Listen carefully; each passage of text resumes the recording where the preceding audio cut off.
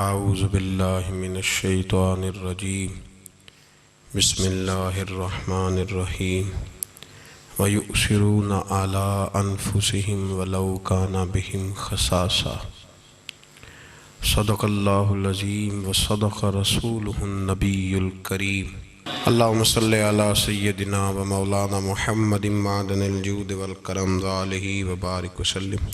حمد و صلاۃ کے بعد قرآن مجید فرقان حمید سورہ حشر میں سے کچھ جملے میں نے تلاوت کیے ہیں۔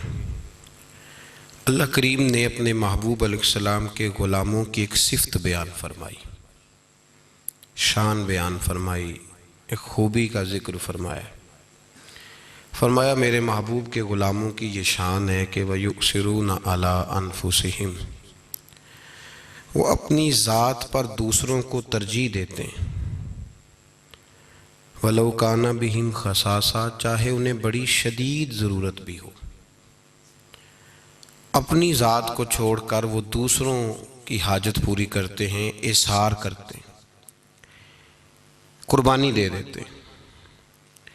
ایک آدمی وہ ہے جس کے پاس 10,000 روپیہ تھا، تو اعلان ہو گیا کہ دین کو ضرورت ہے تو اس نے 2,000 دے دیا، تو یہ قربانی نہیں، یہ اس آیت کا مصداق نہیں۔ اس کو ضرورت تھی، گھر کے اندر 10,000 روپے کی اس نے رکھا ہوا تھا، شدید حاجت تھی، کل اس کو اس کی ضرورت تھی، لیکن اس نے کیا کیا کہ جب اعلان ہوا تو اعلان ہوا 15,000 کا، اس کے پاس 10 تھا، اس نے جیسے تیسے بھی بندوبست کر کے 15,000 دیا تو اس نے قربانی دی۔ یہ جو قربانی کا فلسفہ ہمارے ہاں پایا جاتا ہے نا، میں نے اپنے دوست پہ بڑا احسار کیا، میں نے دین کے لیے بڑی قربانی دی، میں نے جد و جہد کی، تو کیا جد و جہد کی؟ جو آدمی فارغ تھا وہ محفل میں آیا تو اس نے کوئی قربانی نہیں دی، وہ فارغ تھا۔ قربانی اس شخص نے دی جس کی دکان کھلی ہوئی تھی، کاروبار چل رہا تھا، وہ چھوڑ چھاڑ کے سارا کچھ آیا، اس نے قربانی دی ہے۔ جو آدمی بوڑھا ہو گیا، ریٹائر ہو گیا، مسجد آ کے بیٹھ گیا، اللہ اللہ کرنے لگا، اس نے کوئی قربانی نہیں دی، تو فارغ تھا تو آ گیا۔ کمال اس شخص کا ہے جس کے اندر طاقت تھی، قوت تھی، گناہ کر سکتا تھا، معاذ اللہ سارے برے عیب وہ حاصل کر سکتا تھا، لیکن اس نے اللہ کی رضا کے لیے اپنے نفس کو کچل ڈالا، اپنی خواہشوں کو ذبح کیا، خدا رسول کو راضی کیا، تو اس نے قربانی دی۔ ایک قربانی کا فلسفہ وہ ہے جو ہمارے ہاں پایا جاتا ہے، میں نے بڑی قربانی دی، کیا قربانی دے دی جی؟ قربانی میں نے یہ دی کہ میں نے 2.5% زکوٰۃ دی۔ یہ قربانی نہیں بھائی، یہ تو تیری ذمہ داری ہے، ذمہ داری کو تو قربانی کہہ رہا ہے۔ مال کی 2.5% زکوٰۃ دینا ذمہ داری ہے، قربانی اور ذمہ داری کا فرق یاد رکھیں، یہ قربانی تھوڑی ہے۔ میں نے نمازیں پڑھی جی تو آپ نے احسان کیا، یہ ذمہ داری تھی، آپ کی رزق نہیں کھاتے اللہ تعالیٰ کا، رزق نہیں کھاتے۔ میں نے قرآن شریف پڑھا تو آپ نے ذمہ داری پوری کی ہے۔ میں نے ساری زندگی بیٹھ کے اللہ رسول کی بات سنائی تو بھیا آپ تنخواہ لیتے تھے۔ ذمہ داری اور قربانی میں فرق ہوتا ہے۔ قربانی کیا ہے؟ قربانی یہ ہے کہ میری چڑھتی جوانی تھی، جولانیاں تھی، طاقتیں تھی، ہمتیں تھی، میں دنیا خرید سکتا تھا، میرے اندر ساری صلاحیت تھی، میں دنیا کے ہر فن کا ماہر تھا، میں سب کچھ کر سکتا تھا، لیکن میں نے اپنی ہر چیز اپنے محبوب کے نام کر دی۔ یہ قربانی ہے۔ جس نے اپنی خواہش پہ پیر رکھ کے کچھ کیا اس نے قربانی دی ہے صاحب، اس نے قربانی دی۔ دیکھیے نا، نبی پاک صلی اللہ علیہ وسلم پر یہ آیت نازل کب ہوئی، اس کا شان نزول ملاحظہ فرمائیے۔ حضور صلی اللہ علیہ وسلم کے پاس ایک مہمان آ گئے رات کے وقت میں، جب وہ آئے تو حضور نے پوچھا کھانا کھانا ہے؟ تم نے کہا کھانا ہے۔ جھوٹ اور بھوک کو جمع کرنا منع ہے، کہا جی کھانا ہے۔ تو حضور صلی اللہ علیہ وسلم نے فرمایا ازواج مطہرات کے گھروں میں پتہ کرو کچھ ہے۔ حضرت ام سلمہ کے گھر میں پتہ کیا تو کہا یا رسول اللہ 4 دن سے روٹی نہیں پکی۔ حضرت زینب سے پوچھا تو کہا حضور کئی دن سے چولہا ہی نہیں جلایا۔ حضرت عائشہ صدیقہ، حضرت میمونہ، حضرت سودا، تمام گھروں سے بظاہر یہ 2 جہاں کے شاہ ہیں، پر پاس کچھ رکھتے نہیں، 2 جہاں کی نعمتیں ہیں ان کے خالی ہاتھ میں۔ ہر چیز ہے پر فقر اختیاری ہے. کوئی شے نہ ملی تو نبی پاک صلی اللہ علیہ وسلم نے مسجد میں اعلان کیا, فرمایا کون ہے جو میرے مہمان کو روٹی کھلائے. ان لفظوں کا حسن کوئی حسن والا ہی سمجھ سکتا ہے. فرمایا کون ہے جو میرے مہمان کو کھانا کھلائے. تو ایک صحابی لے گئے اور اٹھے وہ صحابی جو صحابہ میں غریب تھے, ایک انصاری جو غریب آدمی تھے. بہت زیادہ امیر آدمی اللہ کی راہ میں خرچ نہیں کر پاتا, اس کے لیے مشکل ہو جاتا ہے.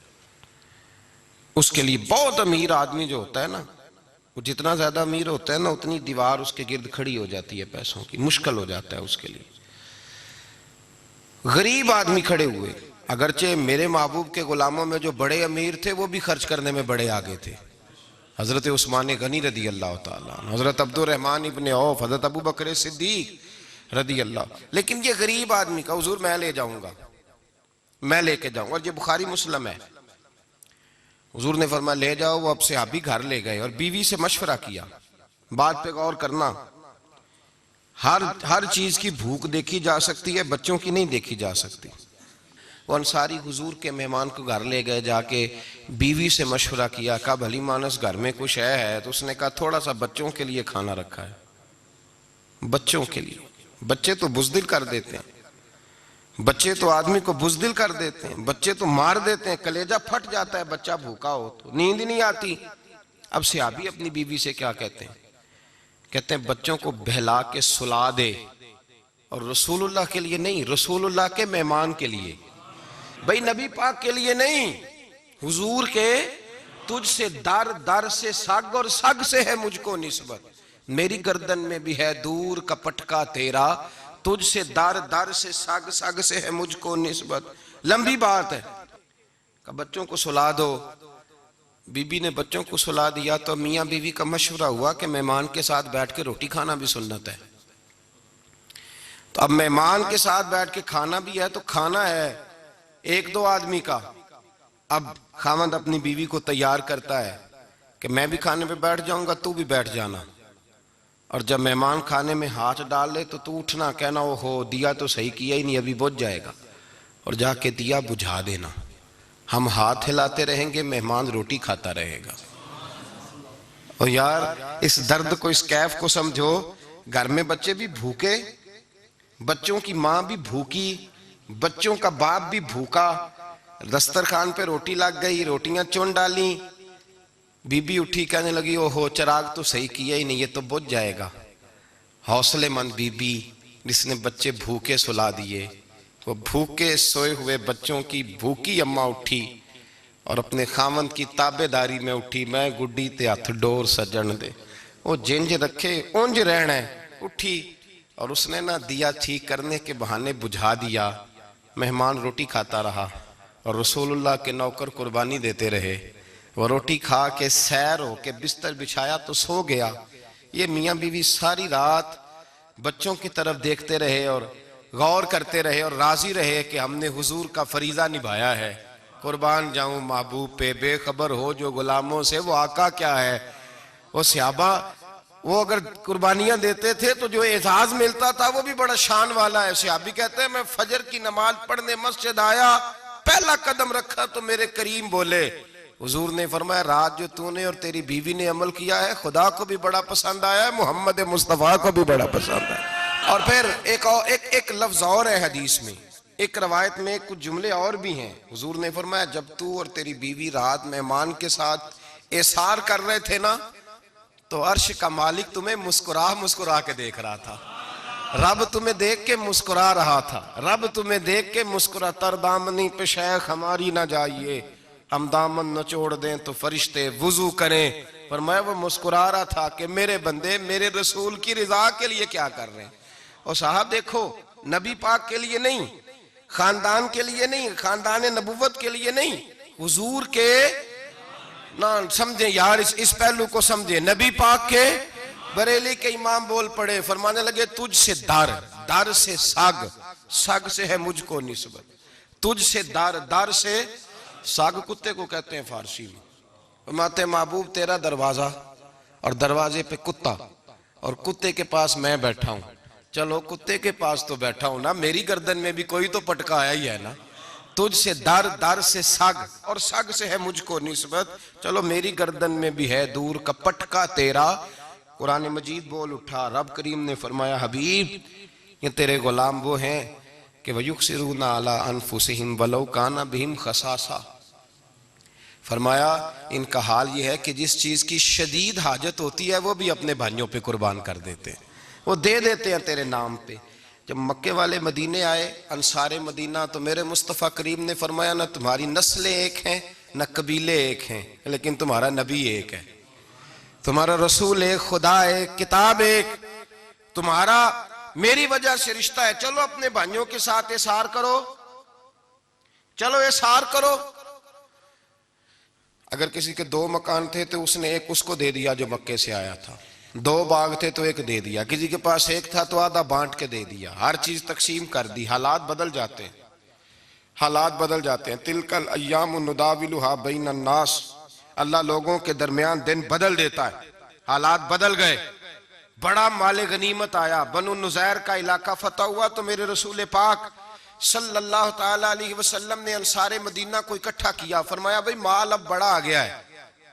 2 باتیں، یہاں تو اس طرح کرتے ہیں کہ میں ان کو کہتا ہوں جو مکے سے آئے تھے کہ جتنی تمہاری جائیدادیں باغ انہوں نے لیے ہیں واپس کر دیتے ہیں تمہیں، اور جو مال آیا ہے وہ بھی تم میں سے آدھا آدھا دونوں کے درمیان بانٹ دیتے ہیں، یا جیسے تمہارا دل چاہے، تمہارے مال بھی واپس کرتے ہیں اور جو وہاں سے مال آیا وہ تمہارے بیچ بانٹ دیتے ہیں، یا اگر تم کہو تو یہ مال ان کو دے دیتے ہیں مہاجرین کو اور تمہیں تمہارے مال واپس مل جاتے ہیں۔ حضور نے پوچھا انصار مدینہ سے، حضرت سعد بن معاذ، سعد بن عبادہ تڑپ کے کھڑے ہوئے، عرض کی محبوبہ میں تو ابو بکر کو جانتا ہی نہیں تھا، حضور مجھے کیا پتا عمر کون ہے، میں کیا جانوں عثمان غنی مولا علی کی عظمتوں کو، محبوبہ میں نے تو تجھے ان کی طرف مسکرا کے دیکھتے ہوئے دیکھا ہے، تیرا جلوہ دیکھا ہے، تجھ سے در در سے سگ سگ سے ہے مجھ کو نسبت۔ یا رسول اللہ صلی اللہ علیہ وسلم ہم سے مشورہ نہ کریں، آپ اس طرح کریں جو جائیدادیں ہم نے انہیں دی ہیں وہ بھی ان کے پاس رہنے دیں، اور جو مال آیا ہے وہ بھی ان میں تقسیم کر دیں، اس لیے کہ ہمیں تو بس اتنا پتا ہے کہ یہ آپ کے غلام ہیں، آپ کے نوکر ہیں، ہمیں اس سے زیادہ کسی چیز کے کوئی غرض، بس آپ کے غلام ہے، بات ختم ہو گئی۔ حضور خاموش ہو گئے۔ صحابہ کہتے ہیں دیر کے بعد ہم نے کہا فیصلہ ہونا چاہیے، فیصلہ پتہ کیا ہوا؟ حضور نے ہاتھ اٹھائے، کہا اے اللہ میرے مدینے والوں پہ رحم فرما، اے اللہ میرے انصار پہ رحم فرما، اللہ ان کے جذبے قبول فرما۔ بھائی احسار والی زندگی وہ کیا بات ہوئی کہ میں نے بڑی قربانی دی ہے، اور جب تک تو قربانی نہیں دیتا تو قدر والا نہیں ہوتا۔ جو چیز قربانی سے حاصل ہوتی ہے اس کی قدر ہوتی ہے، جو چیز مفت میں آ جاتی ہے اس کی کوئی قدر نہیں ہوتی، کوئی قدر نہیں۔ میں اکثر سوچتا ہوں کہ حضرت خواجہ اجمیری کے خلیفے اجمیر میں بھی تو ہونے چاہیے تھے نا، لیکن ان کے خلیفے اجمیر میں نہیں ہوئے، دلی میں ہوئے۔ تو میں سوچتا ہوں دلی والوں کے خلیفے دلی میں ہونے چاہیے، لیکن دلی میں نہیں ہوئے، پاک پتن میں ہوئے۔ تو پاک پتن والوں کے یہاں ہو جاتے، وہ اس لیے کہ قربانی جو دیتا ہے نا، جو دور سے چل کے آتا ہے وہ قربانی کرتا ہے، قربانی دیتا ہے، اس کو قدر زیادہ ہوتی ہے۔ ہم نے کسی شے کے لیے کبھی قربانی نہیں دی، نہ دین کے لیے، نہ قرآن کے لیے، نہ مسجد کے لیے، نہ شیخ کے لیے، نہ طریقت کے لیے، قربانی تو ہے ہی نہیں۔ تو جو شے مفت ملتی ہے اس کا نہ مزہ آتا ہے نہ قدر ہوتی ہے۔ جو چیز قربانی کر کے لیتے ہو نا، قربانی کر کے، اس کی قدر ہوتی ہے۔ کسی لیے کہا تھا کسی درویش نے، اس نے کہا تھا قدر نبی دا ایک کی جانن دنیا دار کمینے، قدر نبی دا جانن واگے سو گئے وچ مدینے۔ ان سے پوچھو نا، ان سے پوچھو ان حضرات کو کتنی قدر تھی۔ قربانی اپنی زندگی میں دینا سیکھیں۔ ایک ہوتی ہے بندے کی ذاتی خواہش، اس کو کچلنا بڑا مشکل ہوتا ہے۔ قربانی بڑی ضروری چیز کا نام ہے، اور جو قربانی دینا سیکھ جاتا ہے وہ بچ جاتا ہے۔ کتیا 6 بچے جنم دیتی ہے لیکن قربانی نہیں نہ دیتی بچوں کی، تو ریوڑ نہیں بنتے، اجڑ نہیں بنتے۔ بکری 2 بچے پیدا کرتی ہے اور سال کے بعد ہزاروں بچوں، لاکھوں بچوں کی قربانی دیتی ہے، پر پھر بھی جدھر جاؤ بکرے ہی بکرے نظر آتے ہیں۔ جو قربانی دینا سیکھ جاتا ہے نا، یزید نے کوئی قربانی نہیں دی، اس لیے کوئی شخص بھی کھڑا ہو کے نہیں کہتا، حالانکہ 14-15 بیٹے تھے یزید کے، کوئی بھی کھڑا ہو کے نہیں کہتا میں اس کی نسل میں سے ہوں. امام حسین نے ساری قربانی دے دی. ایک زین العابدین بچے تھے، پوری دنیا میں اللہ نے سید عطا فرمائے ہوئے ہیں. جو قربانی دینا سیکھ جاتا ہے وہ بچ جاتا ہے. ہم نا قربانی کیا، ہمارے پاس تو اضافی شے ہے وہی دینے کو تیار نہیں. جب آپ تیار ہی نہیں تو سودا ہی نہیں کر، آپ نکلے ہی نہیں میدان میں تو حاصل کیسے ہوگا؟ حصول تو تب ہوگا نا جب آپ کوئی انویسٹمنٹ کریں گے. تو آپ انویسٹ ہی نہیں کر رہے تو بھائی آپ نے پودا ہی نہیں لگایا تو پھل کیسے ملے؟ قربانی نہیں دی تو وہ درجہ کیسے ملے؟ اس کے لیے تو قربانی ضروری ہے. اب تمام صحابہ کی زندگی پڑھ لیں، حضرت ابو بکر سے لے کر حضرت بلال تک، یہ سارے قربانی والے ہیں. آپ تمام اولیاء کی صفت پڑھ لیں، حضرت غوث اعظم، جیلانی، داتا علی اجویری، خواجہ معین الدین، یہ سب قربانی والے لوگ ہیں. قربانی دیتے رہے تو بچے ہوئے ہیں. ان کے جو ساتھ تھے وہ بھی قربانیوں والے تھے. قربانی حصہ ہے طریقت کا، قربانی ضروری ہے. اور ہمارے صوفیاء تو کہتے ہیں جس شخص نے تصوف میں آ کے قربانی نہیں دی. بزرگوں کے پاس ایک شخص آیا، غالباً خواجہ نظام الدین محبوب الہی کی بات ہے، میرے ذہن میں نام پورا نہیں سما رہا. تو ایک مرید نے آ کے کہا حضور زکوٰۃ کتنی دینی ہے؟ فرمایا 2.5%. تھوڑی دیر کے بعد حضرت نصیر الدین چراغ دہلوی آ گئے، کہا حضور اللہ کے راستے میں کتنے دینے ہیں؟ فرمایا 50%. ایک ساتھی قریب بیٹھا تھا، اس نے کہا پہلے کے لیے 2.5% کا فتویٰ تھا، اس کو کہہ دیا دے دے. چند منٹ گزرے تو حضرت امیر خسرو بھی آ گئے، کہا حضور زکوٰۃ کتنی دینی ہے؟ فرمایا جو ہے سارا ہی لے آ، تیری 100% ہے. تو وہ ساتھی جو قریب بیٹھے تھے اس نے کہا بابا فتوے علیحدہ علیحدہ ہیں. فرمایا فتویٰ ایک ہی ہے، بندے علیحدہ علیحدہ ہے. فتویٰ ایک ہی ہے، مجھے پتہ ہے کون کتنے دے سکتا ہے. وہ جس کو میں نے 2.5% کہا ہے وہ بھی جا کے حساب کتاب کرے گا، اس نے 2.5 بھی پورا نہیں دینا. فرمایا جس امیر خسرو کو میں نے کہا نا سارا لے آ، اس کا دل کرے گا میں اپنا مکان بھی توڑ کے لے آؤں. میں نے فتویٰ ایک ہے، بندہ دیکھ کے بات کی ہے. بھائی قربانی نہیں ہے، اظہار ہی نہیں ہے، جذبہ ہی نہیں ہے، ہمارا مزاج ہی نہیں ہے. لیکن نا یہ اب ایک تو شریعت کی قربانی ہے نا، یہ تو اس پہ بھی لوگ بڑا سوچیں گے، اس پہ بھی لوگ بڑا سوچیں گے. فتوے پوچھتے پھریں گے کہ جی میرے اوپر تو ابھی میں نے تو 15,500 قرضہ دینا ہے، دوں کہ نہ دوں، کون سی دوں؟ فتوے پوچھیں گے. دینے کی دفعہ فتوے پوچھیں گے اور لینے کی دفعہ چھٹی، جو آتا ہے آنے دو. کبھی لینے کی دفعہ بھی فتویٰ پوچھنا صاحب کہ یہ مجھے اتنا مال آ رہا لے لوں کہ نہ لوں. وہ لے لیا، قابو کر لیا. جب دینے کی باری آئی تو فتویٰ احصار کریں. اور احصار صفت ہے مسلمان کی، یہ احصار کرنے لگتا ہے تو بچنے لگ جاتا ہے، اس کا فائدہ ہونے لگ جاتا ہے. قربانی دینے لگ جاتا ہے تو بچ جاتا ہے. کسی نے کہا تھا سن اے مسلمان، یہ نکتہ فیض قرآنی میں ہے، عظمت و اسلام اور مسلم صرف قربانی میں ہے. اگر تو جینا چاہتا ہے تو قربان ہو، اپنے مزاج میں قربانی. اور ایک عیسائی اسکالر تھا امریکہ کا، صرف ایک حدیث پڑھ کے مسلمان ہو گیا، کلمہ ہی پڑھ گیا. حدیث کیا ہے؟ جنگ یرموک ہے. تو 7 صحابہ زخمی ہیں، چور چور زخموں سے لیٹے ہوئے ہیں، گرمی بڑی شدید ہے. العطش العطش، پیاس پیاس پیاس پکارے ایک صحابی. ایک آدمی دوڑا دوڑا آیا، پانی کا برتن ہاتھ میں ہے، اس کے منہ کے قریب پانی کیا تو قریب ایک اور زخمی نے کہا میں بھی پیاسا ہوں. زخموں سے چور چور شخص نے، میدان میں پڑے ہوئے آدمی نے کہا یار پہلے اسے پلا دو، وہ زیادہ پیاسا ہے. وہ کہتا ہے میں جب اس کے پاس گیا اس کو پانی دینے لگا تو ایک آدمی قریب سے اور بولا یار میرے تو زبان پہ زخم ہے، دوڑ کے آؤ، بڑی پیاس ہے. کہتا ہے میں نے پانی کا کٹورا اس کے قریب جو کیا تو چوتھا بول پڑا. اس نے کہا ادھر لے جاؤ یار، میرا گزارا ہو جائے گا، کام چل جائے گا. وہ کہتا ہے 5واں بول پڑا تو چوتھے نے انکار کر دیا، میں نہیں پیوں گا، پہلے اس کے پاس لے جاؤ. کہتا ہے حد ہو گئی. 7ویں تک میں آیا اور جب میں 7ویں تک آیا تو پہلے نے پھر چیخ ماری.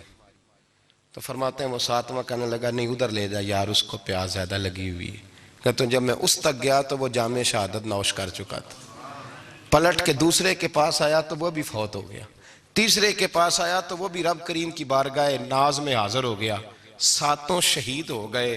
تو پانی کا کٹورا میرے ہاتھ میں رہا، میں کبھی آسمان دیکھتا، کبھی زمین دیکھتا، کبھی پانی دیکھتا، کبھی میں ان 7 شہیدوں کے چہرے دیکھتا، پھر دل میں خیال آیا یہ تو گردنیں کاٹنے والے تھے، یہ تو ایک دوسرے کو قتل کرنے والے تھے، یہ تو خون پینے والے تھے، آج یہ سارے اس لیے کر رہے ہیں کہ سارے محمد عربی کے غلام بن گئے، رسول اللہ صلی اللہ علیہ وسلم کے نوکر بن گئے۔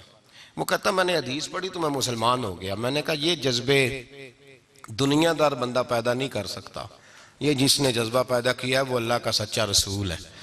میرے بھائی اظہار کا مزاج پیدا کریں۔ قربانی تو نہیں رہی معاشرے میں، اظہار ہی تو نہیں ہے، ہم روایتیں پڑھتے ہیں سنتے ہیں، لیکن آپ یقین کریں پنکھے کے نیچے مسجد میں کوئی دوسرے کو جگہ دینے کو تیار نہیں۔ پنکھا ہے نا چل رہا ہے تو کوشش ہے کہ مجھے عین اس جگہ ملے جہاں پنکھا چل رہا ہے۔ اتنا بھی اظہار کرنے کو لوگ تیار نہیں، اتنا بھی، اور درجے بڑے بڑے لینے چاہتے ہیں، بڑے بڑے درجہ۔ وہ ہمارے پاس لوگ آتے ہیں 2-4 لفظ لکھے ہوتے ہیں نا نام کے ساتھ، کوئی علامہ لکھ دیتا ہے، کوئی پیر صاحب لکھ دیتا ہے، تو لوگ بڑی باتیں پوچھ لیتے ہیں۔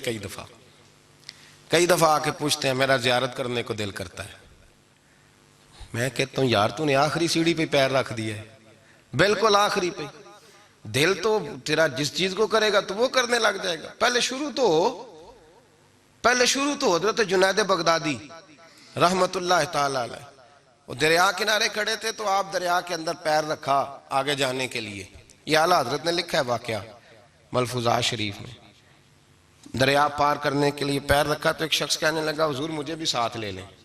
آپ نے فرمایا میں دریا پار کروں گا تو اس طرح کرنا میرا کرتا پکڑ لے اور یا جنید یا جنید کہنا شروع کر دے، یا جنید یا جنید۔ اس پہ فتویٰ بھی لگ جاتا ہے پر کیا کرے، مسئلہ تو صحیح ہے نا۔ تو پیر میرا پیچھے سے کرتا پکڑ لے اور یا جنید کہہ، وہ کہتا ہے پیر رکھا نا حضرت نے پانی میں تو میں بھی پیچھے۔ تو حضرت جنید بغدادی کیا کہتے ہیں یا رحمان یا اللہ، یا رحمان یا اللہ، وہ خود یہ پڑھ رہے ہیں اور مجھے لگایا یا جنید پہ۔ کہتے ہیں دریا میں وہ بھی چلنے لگے تو میں بھی، یوں لگا جیسے پکے فرش پہ چل رہے ہیں۔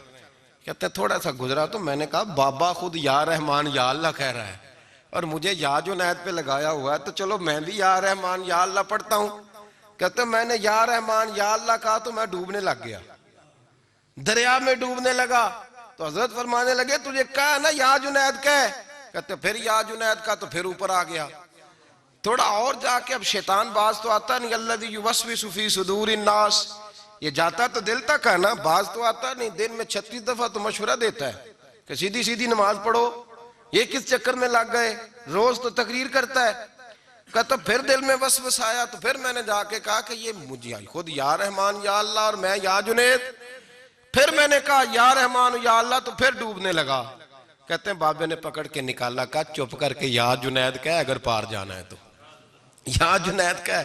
کہتے کنارہ آ گیا تو میرے دل میں خود ہی تھی، وسوسہ تھا کہ بابا تو یا رحمان یا اللہ کہے تو ترے، میں کہوں تو ڈوبے، میرے دل میں وسوسہ تھا۔ اللہ والے ادھار تو رکھتے ہی نہیں نا، جو بات دل میں آتی ہے وہ بیان پہلے کر دیتے ہیں، ادھار تو ہے ہی نہیں ان کے ہاں۔ وہ تو کہتے ہیں تجھے بولنے کی گنجائش ہی نہیں دیں گے، تیرے سوال دل میں ہوگا جواب ہماری زبان پہ ہوگا، یہ تو چکر ہی نہیں نا، بالکل کوئی کھاتا ہی نہیں۔ رب کریم کا بندہ تو بات ہی وہ کرتا ہے جو کو دل میں لے کے آتا ہے۔ فرماتے ہیں جیسے ہی میرے دل میں یہ وسوسہ تھا، حضرت جنید بغدادی رحمت اللہ تعالیٰ علیہ باہر نکل گئے تو پلٹ کے میری طرف دیکھا اور مسکرا کے فرمانے لگے بیٹا جنید تک تو پہنچ لے، اللہ تو ابھی بڑی دور ہے، ابھی جنید تک تو پہنچ جا، ابھی تو جنید تک نہیں پہنچا، ابھی تو میرے تک تو پہنچ جا، اللہ تو ابھی بڑی دور ہے، تو ڈائریکٹ ہی وہاں تک جانے لگا ہے، شروع تو ہو ابھی۔ تو یہاں لوگ سیدھا ہی آ کے کہتے ہیں زیارت کرنی ہے۔ مجھے ایک صاحب کہنے لگے جی میں نے ایک پیر صاحب کے بارے میں سنا ہے ان کی بیعت ہوتے ہی بندے کو نبی پاک کا دیدار ہو جاتا ہے۔ میں نے کہا ٹھہر جا ذرا، اس کو بھی کہہ بریک پہ پیر رکھے، بیعت کرتے ہی دیدار ہو جاتا ہے، یہ کوئی لوٹ سیل ہے؟ زندگی گزر جاتی ہے انسان کی، مر جاتا ہے، اور جس کو حضور کا دیدار ہو پھر بچ جائے، پھر قائم رہے، پھر اس کی زندگی نہ بدلے، پھر اس کا دنیا سے کوئی تعلق رہ جائے۔ یہ پوچھ ابو بکر صدیق سے جنہیں دیدار ہوا تھا، جب دیدار ہوا تو یار رہا ہے، باقی کوئی شے بھی نہیں رہی، پھر محبوب رہے اور کچھ بھی نہیں بچتا۔ تو وہ کس طرح کا ہے جو دیدار بھی کراتا ہے اور پھر کہتا جاؤ دکان بھی کھول لو جا کے، یہ کیسی بات ہے؟ وہ ایک منزل ہے، وہ اپنی جگہ پہ آ کے آتی ہے، اور یہی بہتر ہے کہ پردوں میں وہ پردہ پوش رہے، وہ اگر پردے اٹھا دے تو کسے ہوش رہے، پھر مشکل ہو جاتا ہے معاملہ، مشکل ہو جاتا ہے۔ تو بھائی یاد رکھیں، قربانی دینا سیکھیں، اثار کرنا سیکھیں، اور صفر سے شروع کریں۔ زندگی میں ہم لینے کے چکر میں پڑ جاتے ہیں تو نقصان اٹھاتے ہیں۔ عقل کے گھوڑے کم دوڑائیں، محبت کے ساتھ عمل زیادہ کریں، دماغ کا استعمال کم کریں اور عمل زیادہ کریں، زیادہ عمل کریں، ورنہ شیطان تو نماز بھی نہیں پڑھنے دے گا۔